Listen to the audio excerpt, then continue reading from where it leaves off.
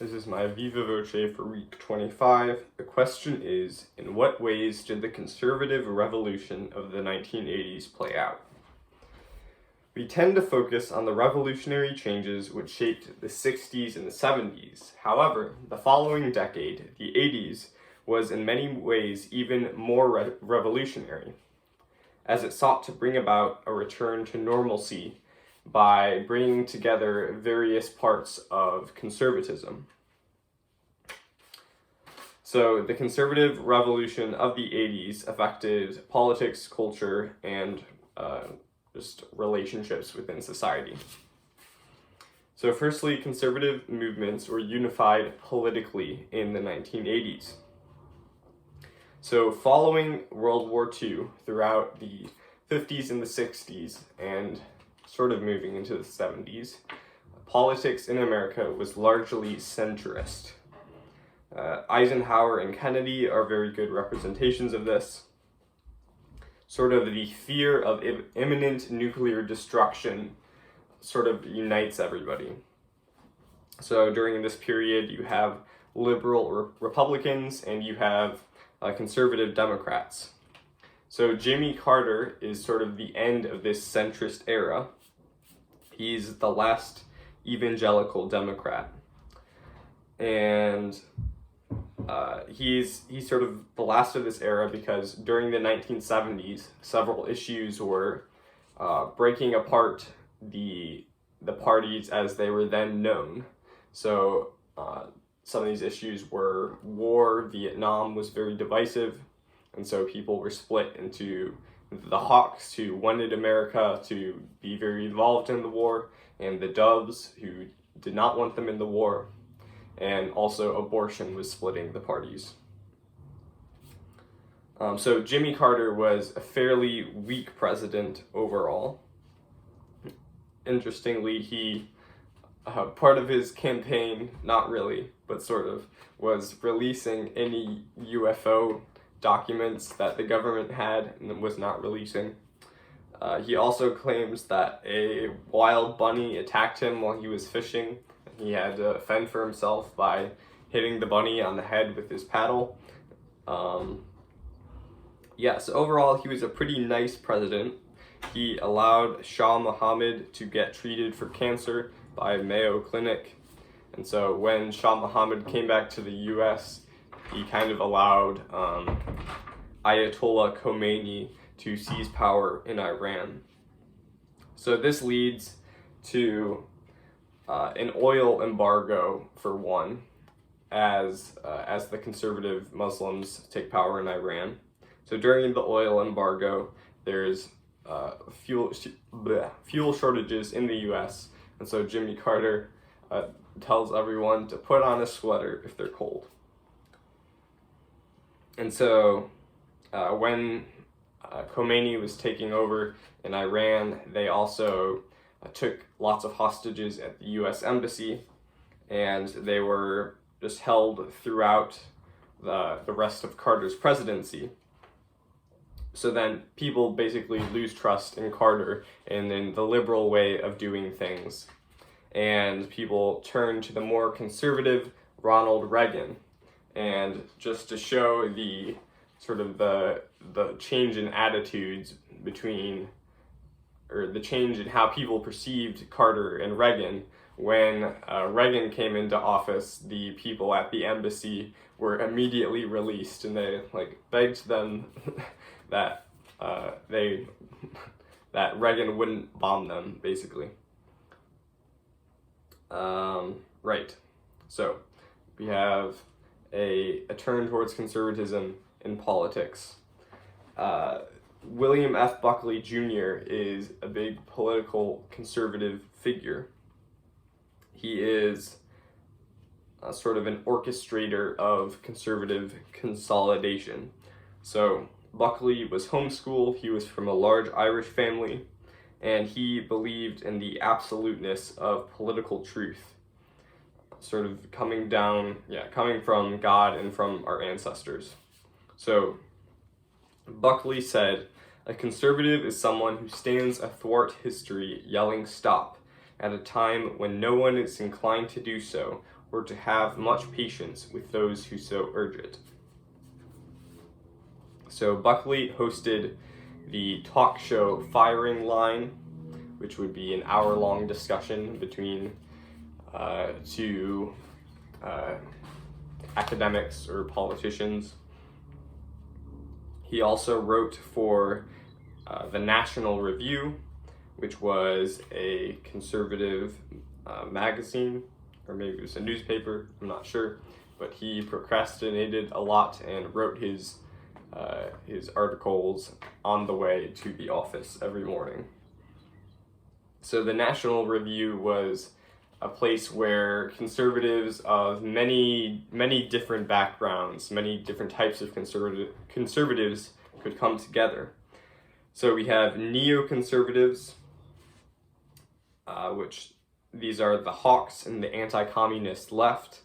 We also have libertarians, so people who are in favor of the free market and various other freedoms. We also have social conservatives, so here we have traditionalists, pro-lifers, evangelicals, and Catholics. So neoconservatism, just to go a little more into that, is a persuasion more than any firm political set of views. And so the neoconservatives were from the Trotskyites, so who were the sort of the a branch of the American Communist Party. And so they were communists, but then they lose faith in communism during the 70s and 80s. And so they are in favor, or they recognize hierarchy. They usually put community before the individual. They're in favor of private property, and they distrust human reason. So another conservative movement outside the United States is Thatcherism. So Margaret Thatcher was in favor of independence from the state, reducing state spending, and limiting union power. So conservatism was consolidated politically. So secondly, there were conservative movements that affect culture. So in terms of art, we have the minimalist movement. Minimalism sort of symbolized a rebirth. It can be seen in architecture and interior design. There's in minimalism, there's just very simple shapes and little texture. Minimalism was also in music. There was some very simple clapping music for two people, where they would be clapping the same thing, and it would be very short and simple, and then those two pieces would be offset from one another. We also have the Holy Minimalist movement, and Henryk Górecki was a part of this. He was a successful Polish composer. Arvo Pärt was an Estonian composer who was also a well-known part of the Holy Minimalist movement.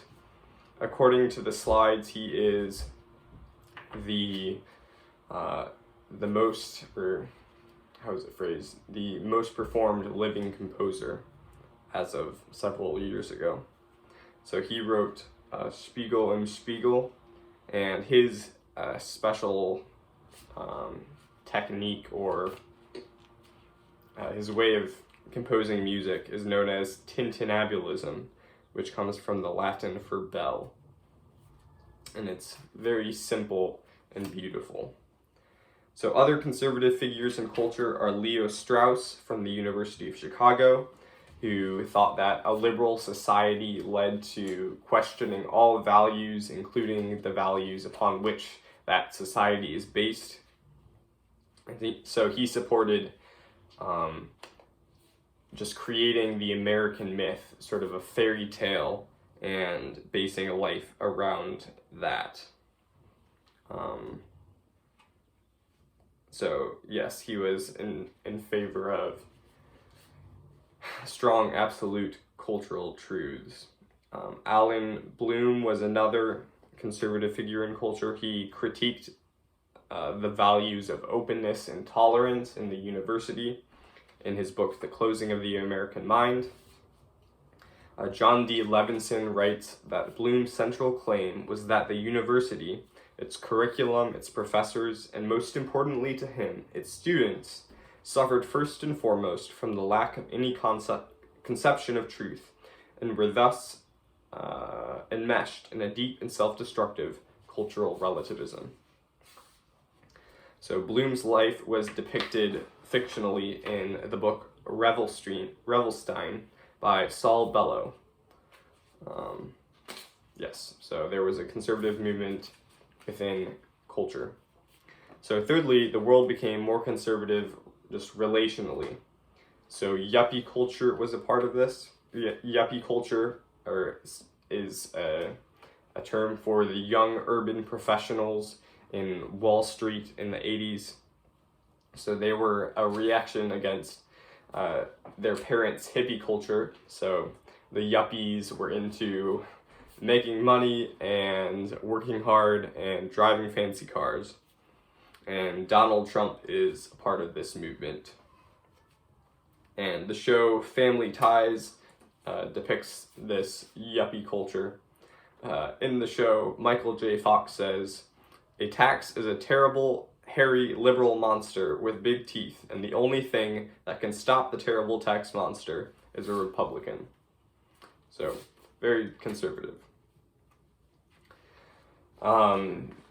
In the 80s, you also have the AIDS crisis, which is a result of the free love of the hippie movement.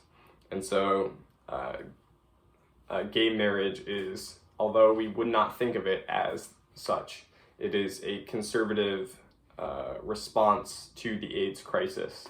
So,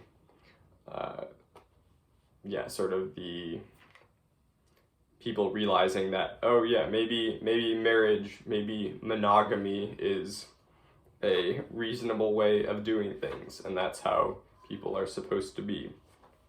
So, although we tend to focus on the more revolutionary 60s and 70s, the following decade, the 80s, was in many ways more revolutionary as it sought to unite various conservative movements to return to normalcy. Thank you.